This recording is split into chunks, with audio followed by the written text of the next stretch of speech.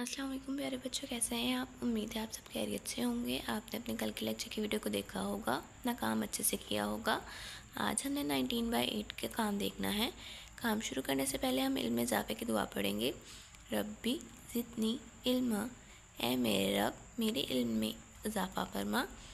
अब हमने अपने आज की डायरी देखनी है। हम अपने आज की डायरी देखते हैं। Lesson simple act big impact, SLO, writing expository paragraph. Student task: write a paragraph on how to recycle plastic bottles. Grammar: identify topic, sentence and supporting details. Homework: page number 54B, creative writing. Reading: benefits of 3 R's. Recycling loop, page number 49. Classwork, page number 54B, creative writing. अब हम अपना काम start करते हैं। सबसे पहले page number 49 open करेंगे। Page number 49, benefits of 3 R's, recycling loop. यहाँ तक आपने डेट मार्क करनी है आज की।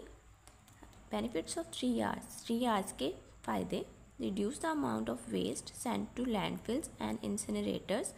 हम ज़मीन की भराई के लिए और कचरा जलाने वाली भट्टियों में जो कचरा भेजते हैं उसकी मिकदार जो है वो कम होगी। Conserve natural sources such as timber, water and minerals. हमारे जो कुदरती वसाइल हैं जैसे कि लकड़ी, पानी और मादनियात वगैरह, उनको हम महफूज कर सकते हैं। Prevent pollution by reducing the need to collect new raw materials. नया नामुकम्मल मवाद इकट्ठा करने के लिए हमें जो ज़रूरत होती है उससे हम पोल्यूशन को भी, आलूदगी को भी कम कर सकेंगे। सेव एनर्जी को महफूज करेंगे। Reduce green house gas emission that contribute to global climate change.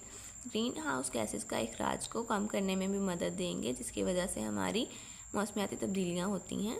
Help sustain the environment for future generation. आने वाली नस्ल के लिए माहौल को सहारा देंगी, उसको बरकरार रखेंगी। Recycling reduces the need for raw material such as metals and paper.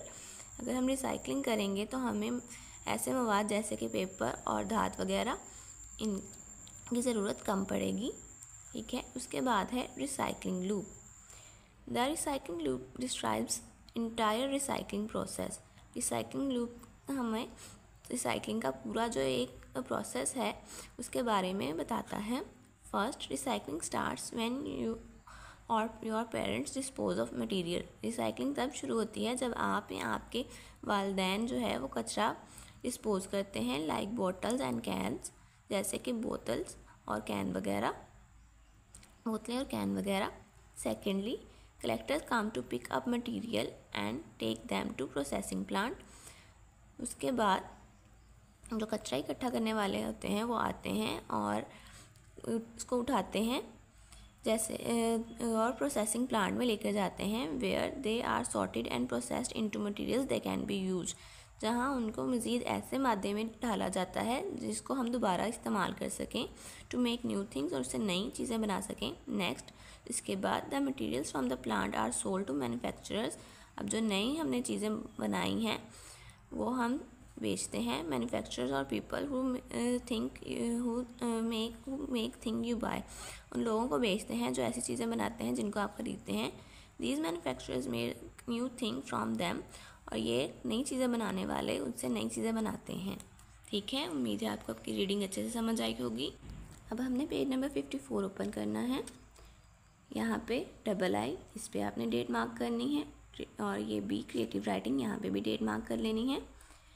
II देखते हैं हम। Write an expository paragraph of your own how to recycle plastic cans और बॉटल्स।